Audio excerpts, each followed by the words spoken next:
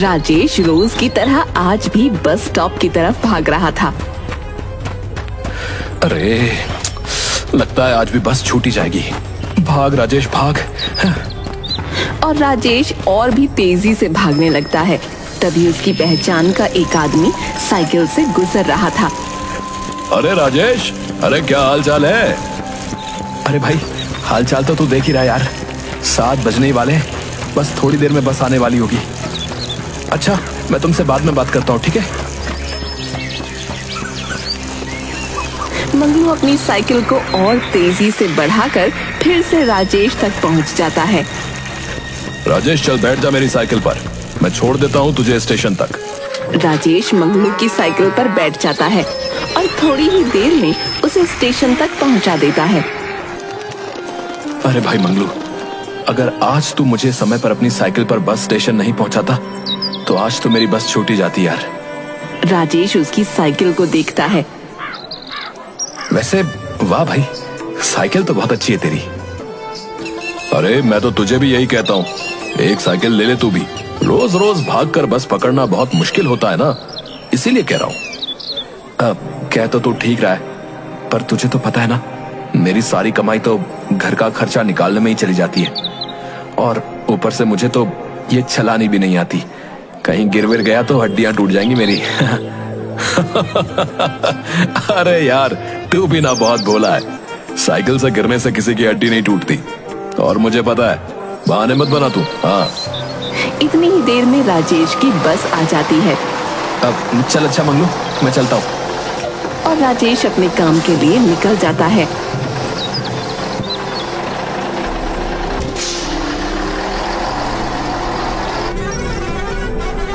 वैसे मंगलू कह तो ठीक रहा था, अगर मैं भी साइकिल ले लूं तो रोज रोज इस बस का इंतजार नहीं करना पड़ेगा, और इस बस के लिए भागना भी नहीं पड़ेगा, और फिर अगर बापू को दवाखाने ले जाना पड़े तब भी आसानी ही होगी।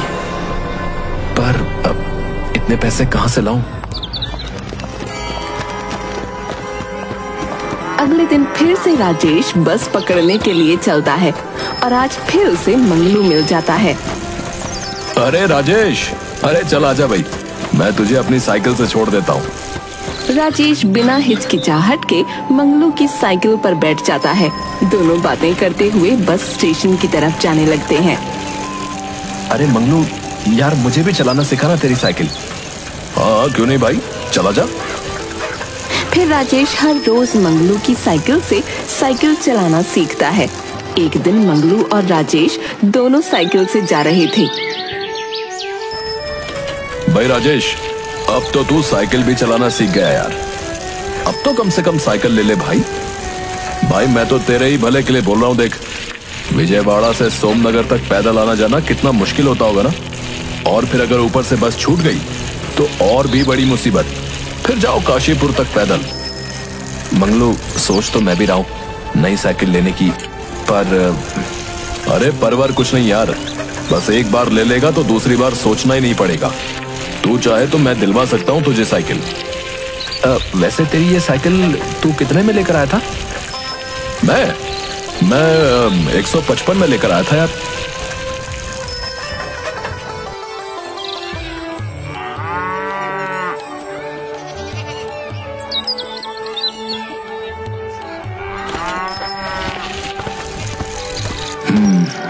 मंगलू की साइकिल 155 रुपए की थी, और अभी मेरे पास 70 रुपए। कपड़े और मेरी जरूरत का सामान बाद में खरीद लूंगा, तो इस हिसाब से मुझे 85 रुपए और जमा करने होंगे। इस महीने की तनख्वाह में तो घर का सारा सामान लाना है, और अगले महीने बापू को फिर से डॉक्टर को दिखाना है, तो 2 महीने तो साइकिल आ ही नहीं पाएगी। और उसके बाद 75 रुपए जमा करने में मुझे कम से कम 1-2 महीने तो लग ही जाएंगे। और हाँ, अब से मैं अपने ऊपर एक आना भी खर्च नहीं करूंगा, चाहे कुछ भी हो जाए।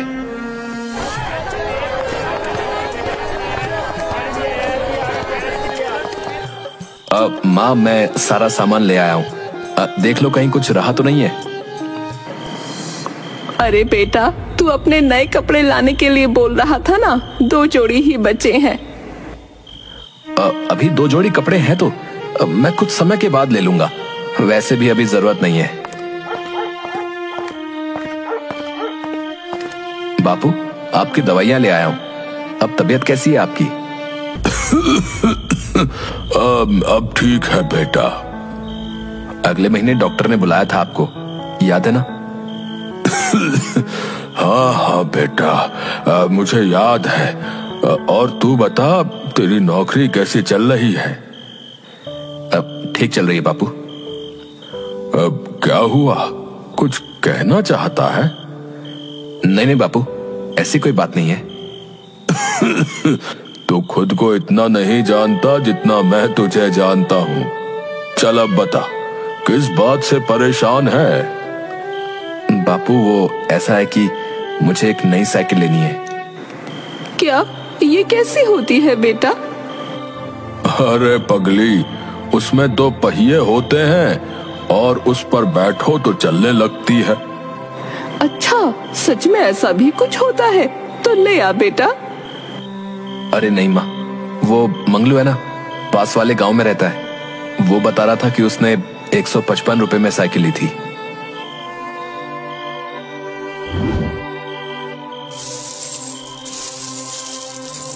ये ले, इससे तेरी थोड़ी मदद हो जाएगी। अब नहीं माँ, मैं तुम्हारे कंगन नहीं ले सकता। जेवर के नाम पर बस यही तो है तुम्हारे पास। इन्हें तुम अपने पास रख लो और तुम देखना, मैं अपनी मेहनत से जल्द ही साइकिल लेकर आऊंगा और फिर बापू को भी दवाखाने ले जाने में दिक्कत नहीं होगी।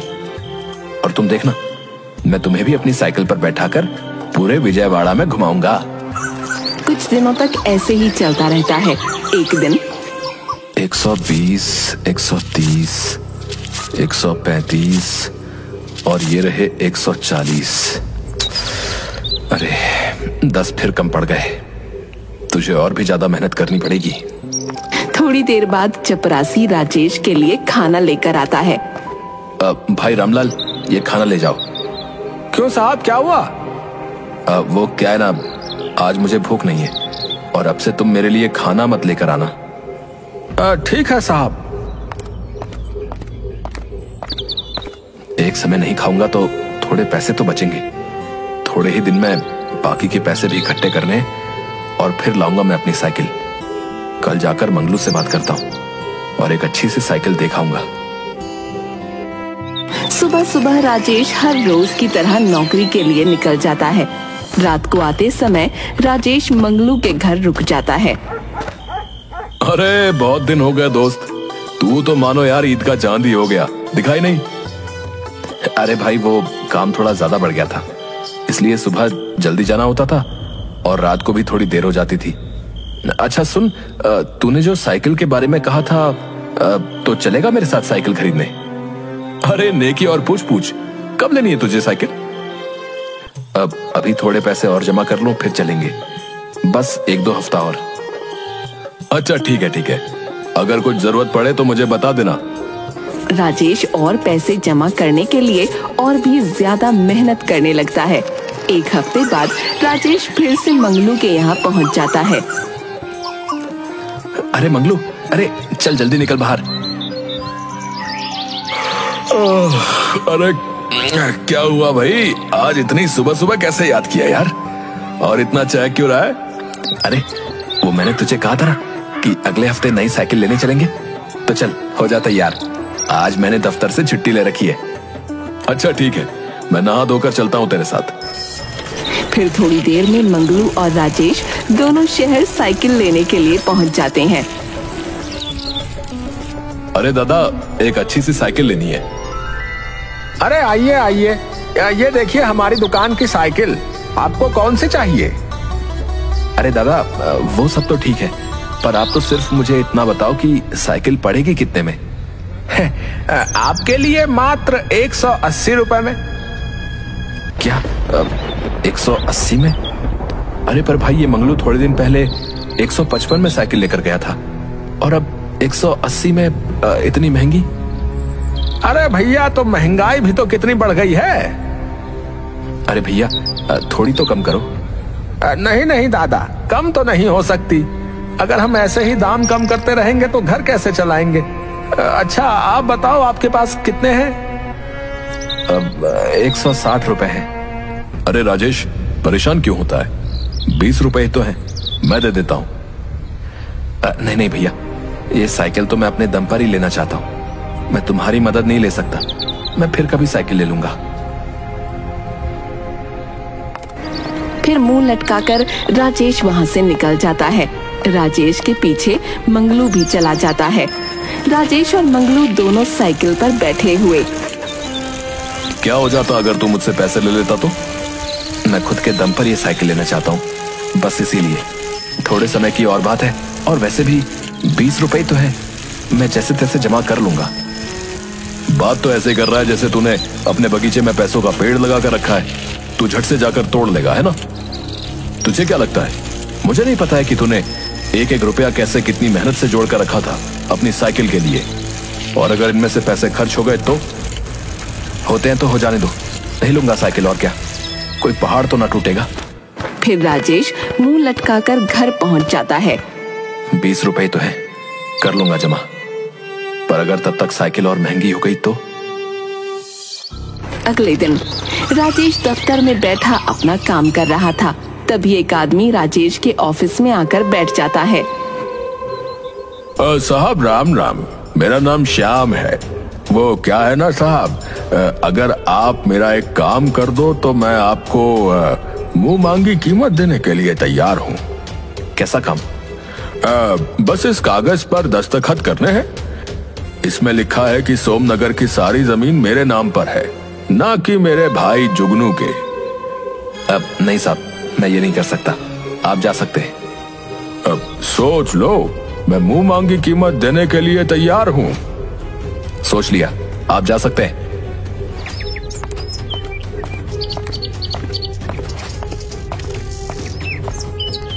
थोड़ी देर बाद राजेश का बॉस श्रीकांत राजेश के ऑफिस में आता है। सर, आपको आने की क्या जरूरत थी? अगर कोई काम था तो मुझे बुला लिया होता। नहीं नहीं राजेश, मैं तुम्हारे काम से बहुत खुश हूं। आज तुम्हारे ऑफिस में एक आदमी आया था। हाँ सर, वो मैंने ही भेजा था। और मैं ये जानकर बहुत खुश हूं कि तुम जैसा ईमानदार आदमी मेरे ऑफिस में काम कर रहा है। तुम्हारे काम और ईमानदारी से खुश होकर मैंने तुम्हारी तरक्की के बारे में सोचा है, और अब से तुम्हारा वेतन भी बढ़ा दिया जाएगा। धन्यवाद साहब। साहब, क्या मैं आपसे कुछ मांग सकता हूँ? हाँ हाँ राजेश, कहो। साहब, अगर आप मुझे इस महीने की तनख्वाह आज ही दे दें तो वो क्या ना, मुझे थोड़ी जरूरत थी। श्रीकांत बिना कुछ कहे तुरंत ही राजेश को उसकी तनख्वाह देता है। राजेश पैसे लेकर खुश होकर फिर से उसी साइकिल की दुकान पर पहुंच जाता है। दुकानदार राजेश को देखकर तुरंत पहचान जाता है। अरे बाबू, आज अकेले ही आए हो? हाँ दादा, वो जो साइकिल थी ना, वो मुझे दे दीजिए। अरे हाँ हाँ, ये लीजिए बाबूजी, 180 रुपए की है। याद है ना आपको? याद है मुझे। ये लो तुम्हारे 180 रुपए। और राजेश खुशी से झूमते हुए साइकिल पर बैठकर अपने गांव की तरफ बढ़ने लगता है। राजेश खुशी से कभी साइकिल की घंटी बजाता तो कभी कुछ गुनगुनाने लगता और साइकिल को बहुत तेजी से चलाने लगता है। राजेश जैसे ही साइकिल की घंटी बजाते हुए अपने गांव में पहुंचता है, कुछ कुत्ते राजेश की साइकिल को देखकर भौंकने लगते हैं। अरे बाप रे, इतने सारे कुत्ते! गांव के सभी लोग साइकिल को देखकर बहुत हैरान होते हैं। अरे ओ मुरारी, अरे अरे जरा देख तो, ये बलवंत का छोरा क्या तूफान लेके आया है भाई। अरे जल्दी निकल घर से बाहर भैया। गांव में एक बैलगाड़ी हाँकता हुआ आदमी निकल रहा था।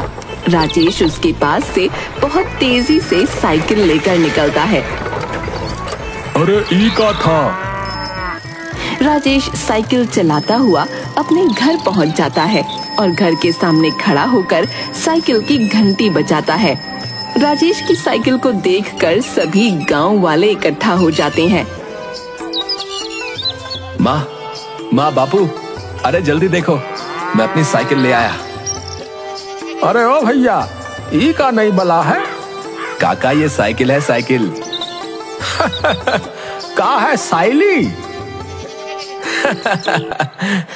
अरे काका, साइली नहीं, साइकिल साइकिल। हाँ, ये मुँह अंग्रेज तो चले गए, पर अंग्रेजी यही छोड़ गए हैं। साइली ये कोई नाम होता है भला? बताओ, इसका नाम तो बिल्लो रानी होना चाहिए। अरे वाह भाई, है? क्या नाम रखा है, बिल्लो रानी, है? वाह।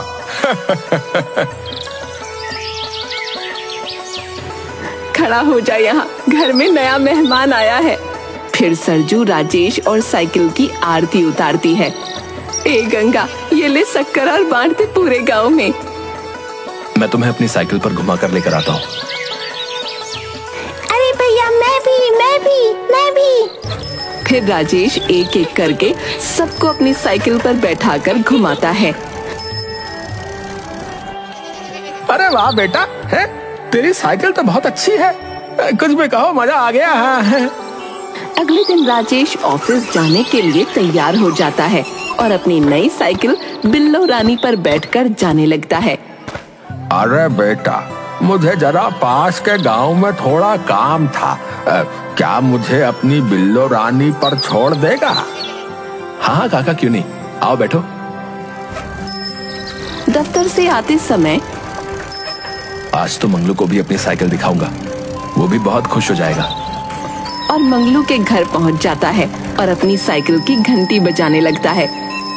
अरे वाह, नई साइकिल, चलो आखिर तूने साइकिल ले ही ली।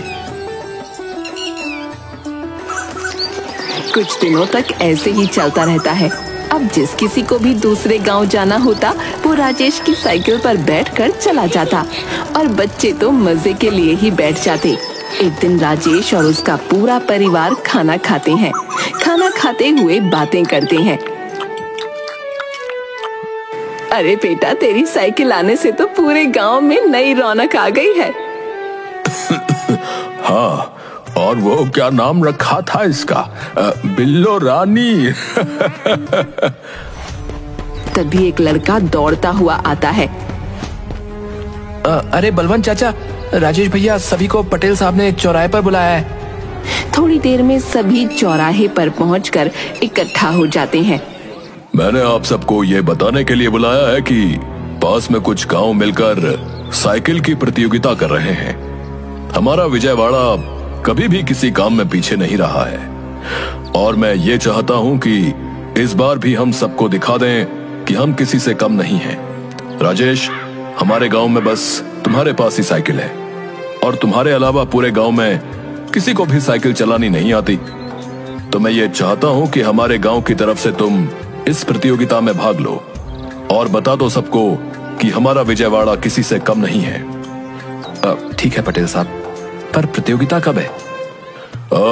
आने वाली पूर्णिमा के दिन सोमनगर में मेला है और इस मेले में प्रतियोगिता भी रखी गई है। पूर्णिमा के दिन सभी लोग मेले में इकट्ठा हो जाते हैं। फिर राजेश अपने सभी बड़ों का आशीर्वाद लेता है। थोड़ी देर में प्रतियोगिता शुरू हो जाती है और सभी अपनी अपनी साइकिल पर बैठकर समाप्त रेखा की तरफ बढ़ने लगते हैं।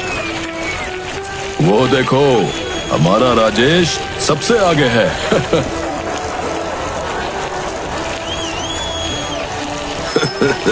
हाँ, और आपको पता है, ये जो दूसरे नंबर पर है, ये रामलाल दफ्तर का चपरासी है और ये चौथे पर उसका दोस्त और ये तीसरे नंबर पर पास के गांव का एक लड़का है। देख लेना, जीतेगा तो हमारा राजेश ही। वैसे भी बाकी सबने तो हार मान ली और देख, कुछ तो कैसे गिर पड़े हैं। जीतेगी तो हमारी बिल्लो रानी। राजेश जैसे ही समाप्त रेखा पर से थोड़ी दूर होता है, अचानक ब्रेक मारकर रुक जाता है। इतने में ही रामलाल आगे निकल जाता है और राजेश फिर से साइकिल चलाने लगता है। अरे अरे, ये क्या किया इसने? साइकिल क्यों रोक दी? और ये चपरासी, इसको जिता दिया? हे भगवान, इसकी मति तो नहीं मारी गई। प्रतियोगिता के कुछ देर बाद फिर से सभी लोग गांव के चौराहे पर जमा हो जाते हैं। अरे मूर्ख राजेश, तुझे अंदाजा भी है तूने क्या किया? तूने जानबूझकर उस चपरासी को जिता दिया। क्यों किया तूने ये? पटेल साहब, मुझे माफ कर दीजिए कि मैं ये प्रतियोगिता हार गया, पर हम सब तो सिर्फ विजयवाड़ा को बड़ा बताने के लिए प्रतियोगिता में जीतना चाहते थे। लेकिन रामलाल, उसकी माँ की आंखों का इलाज करवाना बहुत जरूरी था। वो इतना खुदगर्ज है कि उसने कभी किसी से मदद नहीं ली। अगर इस प्रतियोगिता में मैं जीत जाता तब भी मैं चाहकर भी उसकी मदद नहीं कर पाता। इसलिए मैंने ये फैसला लिया। शाबाश मेरे बच्चे, मुझे गर्व है तुझ पर। आज तूने मुझे हार कर भी जिता दिया।